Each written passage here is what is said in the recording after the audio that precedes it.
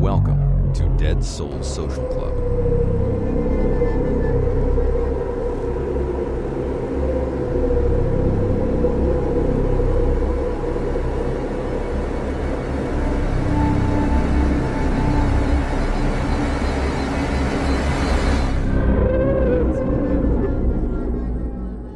If you enjoy our show and you find our research interesting, please leave us a 5-star review on your chosen podcast platform. Something that small really does go a long way in helping us out. You can find more about us and the research that we do by heading over to Instagram and searching our name. As always, thank you so much for joining us tonight. Warning. This audio presentation contains graphic details of death, child abuse, and violence. Listener discretion is strongly advised. From Dead Souls Media, this is Dean Corll, Part 2. I'm Jamie Black, a researcher and psychologist, and I'm your host for tonight. Dean Corll, despite his local reputation in the neighbourhood, hid a dark side. In a particularly sick and twisted element to his crimes, he forced some of the boys that he kidnapped and tortured to write postcards to their families, telling them not to worry, that they had found a job in another city and that they would see them again soon. For many families, however, this didn't make any sense.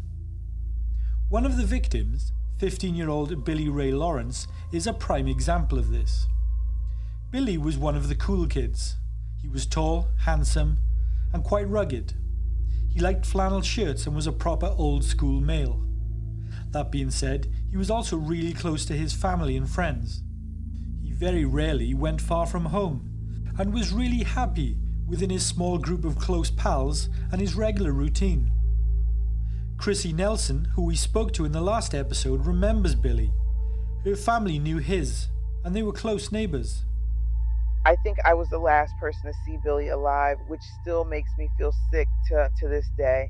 A couple of the kids and I were playing in an empty lot at the end of the neighborhood, and I saw Billy. He was a few years older than me, but he always stopped to talk.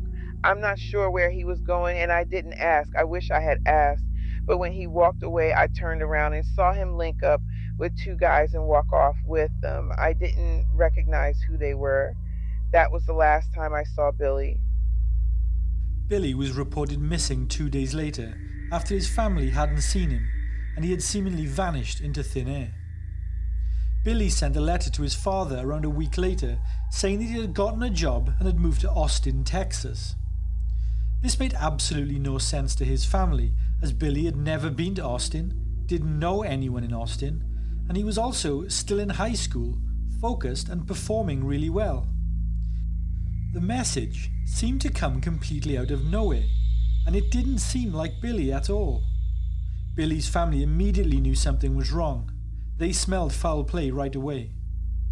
As it turns out, Dean Corll had forced him to write the letter. The family didn't discover what happened to Billy until almost a year later, however, when Dean Corll's torture dungeon was all over the news. Billy was put on a torture board like all of the other victims. A year after the murders emerged, Elmer Wayne Henley received a life sentence for 6 of those murders. That's 6 separate 99-year sentences to be exact. David Brooks was convicted of only one murder, the strangulation of 15-year-old Billy Ray Lawrence, and he received a life sentence. Wayne Henley continues to apply for parole whenever possible. He calls himself a reformed serial killer. We did try to get an interview with Henley, but the families of the victims objected, so the prison refused him permission to speak to us over the telephone. Henley did tell us in a letter that there were errors within his trial, however, and he doesn't believe he will ever get paroled. But maybe it's safer for him if he stays behind bars, going by what some of the locals at the neighborhood have told us off the record. David Brooks never spoke publicly to the media, and in May 2020, at the age of 65, Brooks died in custody from COVID-19. There was no deathbed confession. You would think that what happened in Houston in 1973 would have alerted society at large that there were sadistic sexual predators amongst us and operating almost unchallenged, hiding in plain sight. The victims all being teenage boys who willingly got in the car with these guys. They knew them. They went to the same school and hung out in the same neighborhood and social groups. But because this was the 1970s, nobody worried about teenage boys. Also, the general public just didn't believe that there was a widespread child abduction problem. Why would they? They had never heard of it. It was outside the comprehension of the norm. But the abductions, torture, and murder of 27 young boys slowly disappeared from the headlines. People began to forget. Dean Corll was dead. Wayne Henley and David Brooks were in prison for the rest of their lives. The public were happy to forget about their evil crimes. It would be more than a decade until Stranger Danger was introduced to the public, and more than 20 years until the public saw it as the real and present threat that it actually was. They would also have to endure countless high-profile crimes and cases in the press until law enforcement took these issues seriously. The fact that there were men out there who took, abused and murdered young children for nothing more than sexual gratification. And what's more, there were rumours that there were organised networks out there that supported the crime and established groups to perpetuate it entirely under the radar. Now let's fast forward slightly from the murder of Dean Corll to 1975 to be exact. You will remember, in the last episode, we shared information that Wayne Henley had claimed. He said that Dean Corll had told him that he belonged to a United States-wide criminal organization that was based out of Dallas. An organization that Corll called the Foundation, and that traded in young boys and child pornography. The Foundation, Corll told Henley, provided boys for various services to extremely powerful and wealthy individuals across the country. Henley said that this organization was very wealthy and had significant resources at their disposal. Corll claimed that he regularly checked in with the Foundation and its organization's head, known to Henley as the Dallas Boss. The police dismissed it as a crazy story that Henley was told by Corll to install fear in him and possibly control him. Law enforcement had never heard of such crimes before, let alone a national organized crime network, so they heeded no thought to Henley's claim. Then, on February the 17th, 1975, while conducting a routine investigation, the Houston Police Department uncovered a large cache of child pornography, including photographs of young victims and films depicting boys as young as 8. Further, the boys in the films and photos were almost all from the Houston Heights neighborhood. There were 16 young boys identified in the pornography images and films, and 11 of the individuals were among Corll's known victims. Their identities by this point had been largely established, so the police knew exactly who they were. The discovery caused significant concern amongst the Houston Police Department, who chose not to reveal the discovery to the general public for fear of widespread concern and panic. But what the police department were even more concerned about was the disturbing possibility that the statements Dean Corll had given to Wayne Henley, in that he was associated with a Dallas-based national organization which, quote-unquote, bought and sold boys, may indeed have held a degree of truth. The police raid seized a card filing system containing around 10,000 names of clients across North America who were part of the network, and also the details of numerous teenage boys exploited by the sex trafficking ring. The discovery of the material eventually led to the arrest of 5 individuals in Santa Clara, California. Roy Ames was one of those men arrested. He was a known producer of child pornography and owns a warehouse full of the stuff which he distributed.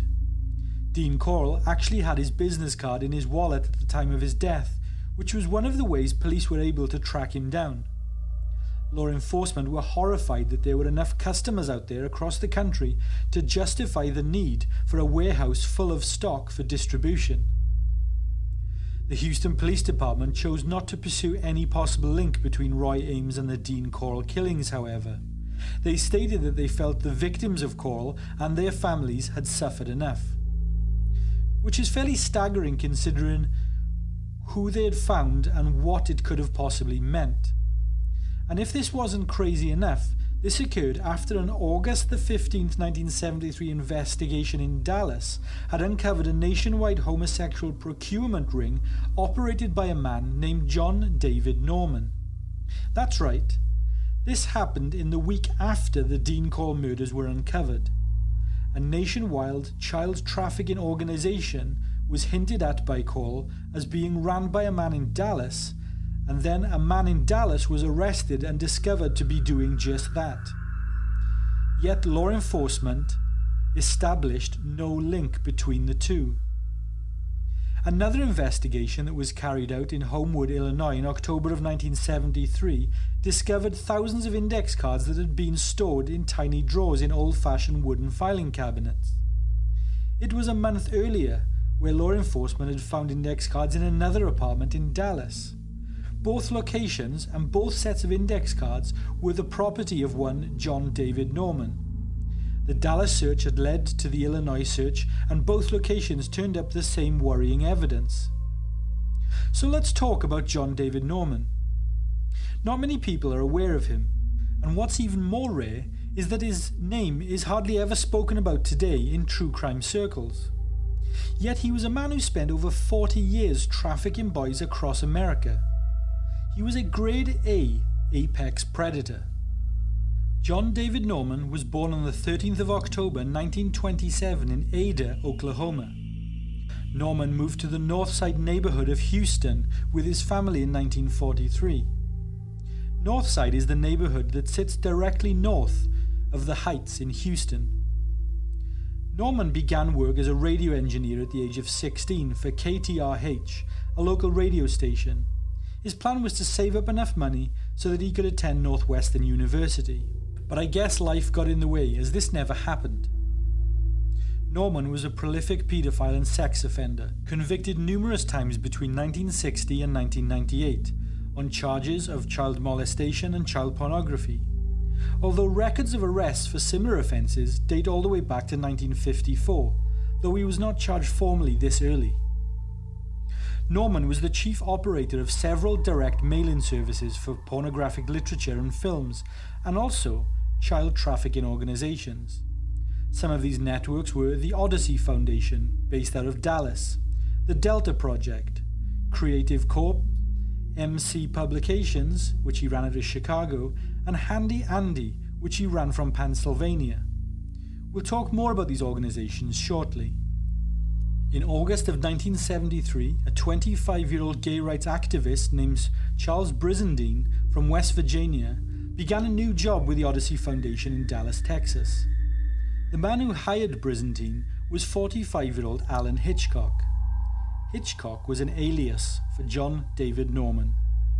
According to the Odyssey Foundation's literature and a 1976 FBI report, the foundation was set up to, quote, give deserving but underprivileged young men the opportunity to associate with adults interested in giving them a boost in life. It sounds very vague and by today's standards particularly suspect, right? Well, almost immediately, Charles Brizendine realized that the Odyssey Foundation wasn't what he thought. The young men were underage, and the adult sponsors, who the literature for the organization stated were supposed to be giving them a boost in life, were only interested in buying time and services from the boys and sexually molesting them. It was an organized paedophile network. Brizendine was a gay rights activist, not a paedophile. He wanted nothing to do with the organization. Further, after reading about the Houston mass murders and the reports of Dean Corll and Corll's two accomplices claiming that Dean worked for an organization in Dallas that bought and sold and murdered boys, Brizendine started to connect the dots. Brizendine found photos of boys in the Odyssey files and details about where they were from that matched the location of Dean Corll's murders. In a panic, Brizendine called the FBI and they contacted the Dallas police. So, just 6 days after law enforcement opened Dean Corll's boat shed in Houston, Dallas police raided the Odyssey Foundation. John David Norman was arrested. Norman was sending kids around the country for prostitution. It was an organization that provided kids for rent. $40 per day plus any airfare. The kids were often runaways or street kids, so no one would miss them or care what they were up to or where they were going, Norman assumed. Norman would also place ads in gay magazines and cruise around bus stations, gaming arcades, and parks where homeless kids gathered late at night to find boys. A lot of the boys were desperate for food and money, so they believed Norman's bullshit when it came to him providing some kind of reasoning for his actions. The Dallas police confiscated a truck full of pornographic literature from Norman's apartment following the raid, in addition to cameras and other photography equipment, stationery and a typewriter. But the most significant item seized as evidence was the one thing that showed the true scope of the nationwide organization: the membership index cards. On the index cards were names of average family men, prominent and well-known politicians, famous musicians and media personalities, successful businessmen, religious and civic leaders, and other names in positions of power. The index cards had the name, address, and phone numbers of each of the members of the organization. The cards also logged the members' preferred services, things such as oral sex, anal sex, roleplay, photography, group sex, and so on. Most of the cards also stipulated the type of quote-unquote unique product that the member preferred. Products being an age range, hair and eye colour, colour of skin and level of body hair, etc. One of the Dallas detectives who made the raid on Norman's apartment and who viewed the index cards had this to say, quote, "I saw the cards. There were thousands of them. One card per customer. It was sickening to read. But as you flicked through all of them, what stood out the most is the names. You started to recognize some of them, then more and more, and before you knew it, you realized that an awful lot of the members were very powerful and wealthy men. For me, the most earth-shaking moment was when I found the name of a very well-known musical artist, a singer from a band that I was particularly fond of. The singer was married and had children. I was floored to read on the card his sexual preferences and previous orders. These weren't just a bunch of street people. I mean, these were people who could afford the fly kids, from Houston to Atlanta, and from Atlanta to New York, and again, prominent people, not just your everyday Joe. Every name on those cards would have required its own investigation, a nationwide effort that no one seemed willing to make or had an appetite to attempt. As for the Dallas Police Department, they acknowledged that it would have been impossible for them to do it, so they didn't. So what happened to the cards with all of those names? The Dallas Police Department admitted following a 2017 Freedom of Information request that they went missing less than a year after they were seized from John Norman's apartment. So, what happened to John Norman? Well, in a nutshell, Norman posted $7,000 bail, then fled Texas. Not exactly the behavior of an innocent man. But just 2 months after John Norman's Boys for Rent scheme in Dallas was raided and uncovered, the police in Homewood, Illinois, received an anonymous phone call. Now, Homewood is about 30 miles south of Chicago. Well, the anonymous phone call was from a woman calling from an apartment building where she reported that a man was luring young boys to his apartment and performing sexual acts upon them. The caller identified one of these boys as a 13-year-old Kenny Hellstrom. Hellstrom's father was close friends with the very same detective who happened to receive the anonymous call, so he immediately called the boy's father and requested that him and his son come in to talk with him. Kenny revealed right away what had been happening to him and told Detective Flannery, the detective in question, everything.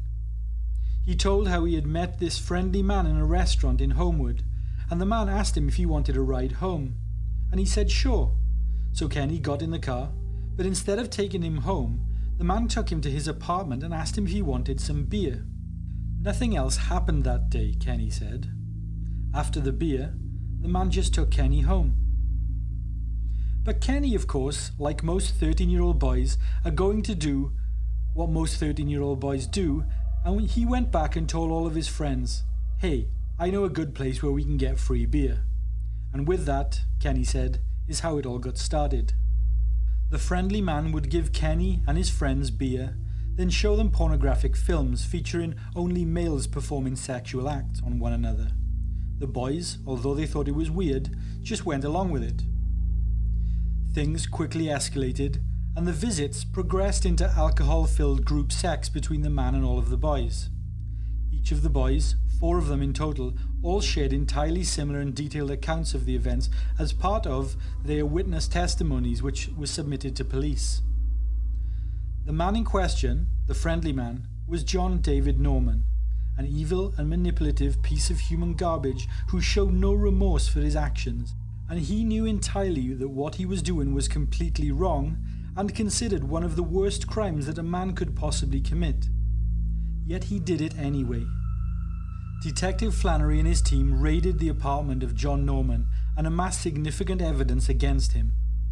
It wouldn't be long before they also identified that Norman had absconded from Dallas, committing a federal offense with interstate flight to avoid prosecution.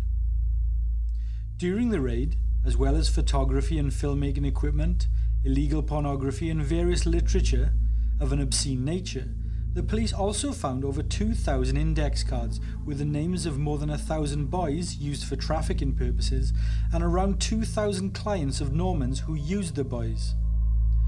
The boys' names on the cards were aged between 8 to 20 years of age. In the 2 months since John Norman had fled from Dallas to Homewood, he had reset up his organization and already had 1,000 boys and had reconnected with more than 2,000 of his wealthy clients. In fact, the police later established that the apartment that Norman was staying in and running his enterprise from was actually owned by one of those wealthy clients, Charles Railing. Railing, who absconded to Europe with a 16-year-old boy that Norman had provided, never to be seen in the United States again. As for the index cards with the details of all the potential perpetrators, well, law enforcement identified that some of Norman's illegal activities had gone on in the city of Chicago itself and involved missing boys from Chicago. So the Chicago Police Department's Juvenile Division requested the index cards to analyze and look into criminal activity. But what happened to those cards? Do they exist today? It has emerged that the cards disappeared sometime in 1975 from the Chicago Police Department. Norman was kept in Chicago's Cook County Jail with bail set at $325,000, something he couldn't cover. None of his customers were charged or investigated yet again, however. So that's 2 cases back to back, 2 months apart, where police uncovered a national sex trafficking ring run by the same man, where none of his clients were charged, and on both occasions his client list had vanished shortly after their discovery. Some would call that suspicious. In fact, even Detective Flannery, who was involved in the arrest and investigation into John Norman at the time, had this to say, quote, Power. The people on those cards ran a lot of things. They were rich and powerful. Politicians, business leaders, religious leaders, celebrities. It's not so much of a stretch to see why and how those cards disappeared. People like you and me would have been investigated and in jail a long time ago, but these people, they do it and they get away with it. In 1976, John David Norman was sentenced to 4 years in Pontiac prison. Kenny Hallstrom was the star witness for the prosecution, and it was his witness testimony that put Norman away. Just 4 months after Norman's incarceration on the 19th of January 1977, someone murdered Kenny Hallstrom. He was stabbed to death while walking home from work. No one was ever charged with the killing. There were rumors that John Norman had arranged the murder from prison, but this could never be proven, although there is information worth considering here. While in the Cook County Jail awaiting trial, John Norman met 20-year-old Philip Paskey from Chicago. Paskey was inside awaiting trial on attempted murder during a robbery. Paskey and Norman became very close friends while inside the jail. They shared particular interests and tastes, shall we say. Then in early 1976, Philip Paskey was paroled and continued to run Norman's Boys for Rent operation from the outside. Get this. Norman's good friend and now business associate Philip Paskey was also an employee of PDM Contractors after he left jail. PDM Contractors was the company owned and ran by, John Wayne Gacy. Now, Gacy actually implicated Paskey, Norman and 2 other PDM employees as his accomplices in murder after he had been convicted. Gacy stated that Paskey pimped out boys for sex or homemade movies. Gacy also claimed in a 1992 interview that John Norman and the Delta Project were producing snuff films of young boys, which also included a number of Gacy's victims. In fact, 2 of Gacy's victims, Kenneth Parker and Michael Marino, had last been seen alive in the vicinity of John Norman's home. Gacy's claims at the time were dismissed in the media, although law enforcement knew and had evidence that what he was saying was true. John Norman didn't stop what he was doing though. He was arrested again in Chicago in the fall of 1978 after he moved opposite a boys' home and was discovered abusing several of the teenage inhabitants of the home, vulnerable young kids. Once again, following Norman's arrest, several thousand index cards were seized containing the names of his clients, and shortly after, that's right, they disappeared. He was released again 2 years later and crisscrossed the United States running his organization and attempting to avoid detection and prosecution. Denver, Pennsylvania, Missouri, and back to Illinois. Everywhere he went, he was caught, skipped bail, and went on the run again. Each time, suspiciously, his client lists always disappeared or were destroyed. In fact, we know that the mysterious vanishing of John Norman's documents went right to the top. We know this as between October 1983 and May 1984, John Norman created child porn literature which he titled Handy Andy. Norman distributed it from Asper's in Pennsylvania, where he owned a rural home which was paid for by a kindly donator. The Handy Andy publication involved the exploitation of more than 20 young boys between the ages of 12 to 16 years of age. The literature that Norman distributed was done so alongside his national trafficking network, which he remained focused on. Norman's home was raided on the 31st of May 1984, but Norman once again had fled the state following a tip-off from unknown persons that the raid was imminent. Norman was eventually apprehended in Bolingbrook, Illinois in October of 1984, though he was released on bail in March of 85 and fled once again. During the May 1984 raid, once again law enforcement discovered a large quantity of index cards containing the names of several thousand customers from across the United States. Instead of turning the index cards over to the FBI, the police in Asper's sent the index card evidence to the State Department in Washington, D.C. for further investigation. The federal agency had formally requested the items following news of their discovery following the raid. The Asper's Police Department figured that due to the amount of names in the index card system, that it would take federal resources to investigate all of the names, and a huge task force would need to be put in place to investigate each of them. But after around a year, Asper's Police Department heard nothing more about the evidence, so they sent a formal request for update. The response they received by letter stated, quote, "Thank you for your inquiry. After extensive review of the evidence, we didn't find any passport violations, and so the evidence was subsequently destroyed in their entirety." Unquote. The letter from the State Department to Asper's Police is actually in the public record and can be viewed via Asper's Police Department. Could the fact that prominent politicians and federal employees held in the index card system have had anything to do with such a strange reaction and response? I'll let you decide on that one for yourself. So what does any of this actually mean? Well, if nothing else, John David Norman's organization and his links to Dean Corll and John Wayne Gacy, 2 prolific serial killers who focused their crimes on young boys, it shows that the organization that Norman ran held murderers within its client list, a list of people who were seemingly protected by men in positions of significant power and control.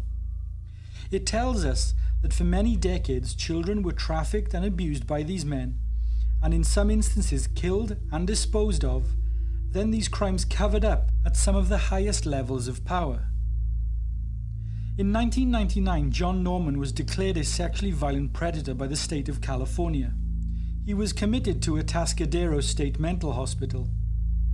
Whilst Norman was released from Atascadero in October 2008, he was recommitted a short time later after he handed a sexually suggestive note to a teenage male grocery store clerk in El Centro, Southern California. This time, Norman was sent to Coalinga State Hospital in March of 2009. His sentence was an indefinite stay. Coalinga is controversial amongst some, as the hospital is said to be able to contain paedophiles indefinitely until the hospital staff no longer deem the inmate a risk to the public. For those of you who are interested, the British documentary filmmaker Louis Theroux produced a film about the inmates at the facility in 2009. It's titled, quote, "A Place for Paedophiles." No promo, but it's available on BBC iPlayer and dailymotion.com for those who want to check it out. Trigger warning though, it is a tough watch. John David Norman died at Coalinga State Hospital 2 years following his incarceration in May 2011. On the 9th of May 1994, John Wayne Gacy was transferred to Stateville Correctional Centre to be executed the following day. Following his last requested meal of a KFC family bucket, French fries, a dozen fried shrimp, fresh strawberries and a Diet Coke, John Wayne Gacy was executed by lethal injection at 12:58 a.m. His last words were, quote, "Kiss my ass," unquote. Whilst David Brooks died in May of 2020 from COVID-19, Elmer Wayne Henley remains incarcerated at the Stiles Prison Unit in Jefferson County, southeast Texas. At the time of writing this episode, he is 68 years old. Whilst most of these men are dead, almost all of the names in Norman's index card system have gotten away with significant crimes for decades. What makes you think this has ever stopped? Good night, everyone. Thank you for taking the time to listen to our show tonight. Be sure to leave us a 5-star review on your chosen podcast platform and subscribe to our show so that you never miss an episode. Our shows aren't sponsored by any company or corporation, so any support you can give us goes a long way in supporting the work that we do. From all of us here at Dead Souls, sleep tight.